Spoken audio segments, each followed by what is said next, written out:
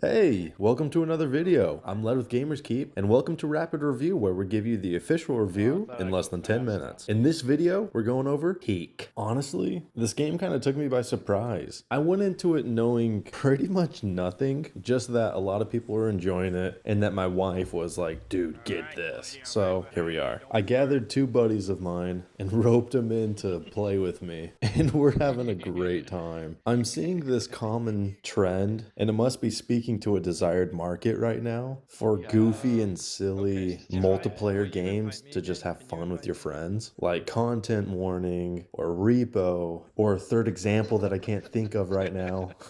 And Peak perfectly fits right into that unique category and feeds that desired market. It's just a silly climbing game where you and your buddies have to get to the top before the time runs out, and then you move on to the next stage. But the way they bundled this package is just, it's a total delight. So the main premise of the game and kind of how it works is you spawn into this airport with a passport, and the passport's really cool. This is where you get to customize your character, throw on some new faces, some new outfits. Obviously, what is 90% the most important thing in any game. So that's a ton of fun. And then you gather your friends. I believe it's only up to 4 players. And you take this plane ride that crashes on an island. And then you and your buddies essentially need to survive by utilizing backpacks. You got 3 spaces in your pockets to put stuff into, like food, heals, drinks, useful gadgets like ropes or chain guns to get to the next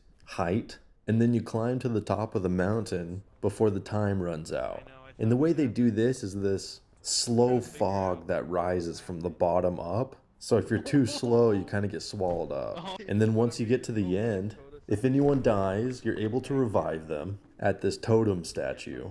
You roast some sweet mallows, regenerate that hunger, and then you move on to the next peak and you climb that next level. And I believe you do this 3 or 4 times.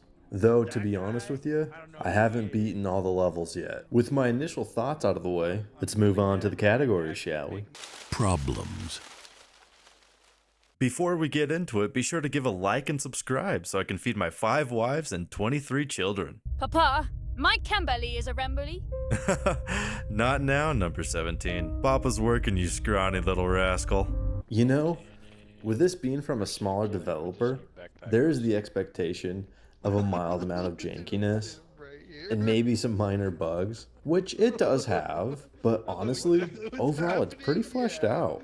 There's really not a lot of problems. There are some quality of life things that I think would be really nice to have fleshed out.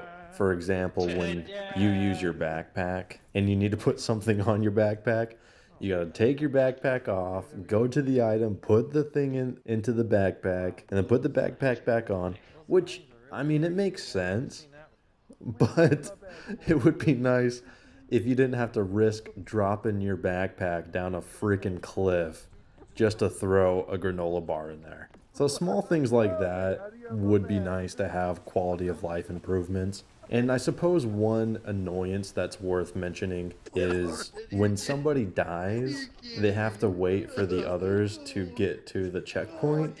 And sometimes that can take like 20 minutes. And so you're just this little deflated balloon hanging out, which is cool. You still get a chat, but it gets really boring for the dude that dies. So maybe some more respawn totems would be cool, but I get it. You don't want to make the game too easy. Audio and visuals. The visuals are pretty fun. I like the goofiness of the characters. I think it's pretty evident where you can stand and what's going to make you fall for the most part. So for example, if there's snow there or maybe sand, then it's probably flat enough for you to be able to stand, which is cool. The audio is really cool.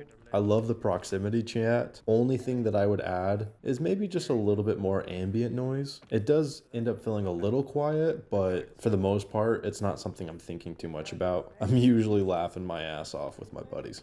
Gameplay.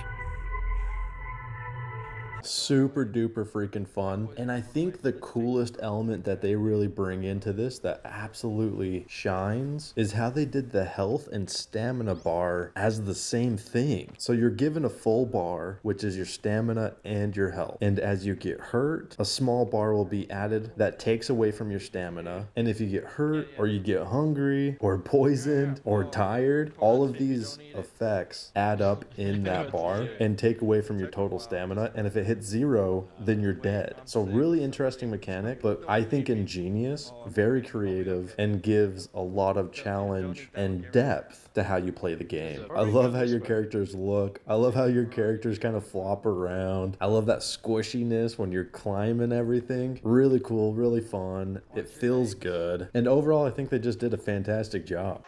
Difficulty. Oh man. You know, in some ways, this is one of the most difficult games I've played, but it's in such a different way where I feel like anyone and everyone can play it. It's not like Dark Souls, where the skill cap is insane. It's the environment is harsh, and climbing these obstacles are just not easy. So it's a very challenging game, but one that your grandma and your children can pick up and enjoy it. Game length and replay value. This one's really going to depend on you. We're about 10 hours in and still haven't gotten past the ice area. So Mountain 3 is really whooping our trash, but we're having a blast and I'm super excited to beat the game. Each match takes us about an hour. By the time we beat the whole thing, it'll probably be about an hour and a half session. So game length, I don't know. It's up to you. I think you could beat the whole game within 2 hours, but it's going to take you a lot of tries to finally get that good. As far as replay value, they update the maps every 24 or 48 hours. So it's pretty often that things are changing, which is a really good thing. It keeps it very fresh and feels new. So I would say definitely enough to play more than once. Absolutely. Value for price and where to buy. To my knowledge, the only place you can buy this right now is Steam. Not sure if it's on Epic, but you have to have a PC. It's going for $8 and I got it on sale for $5.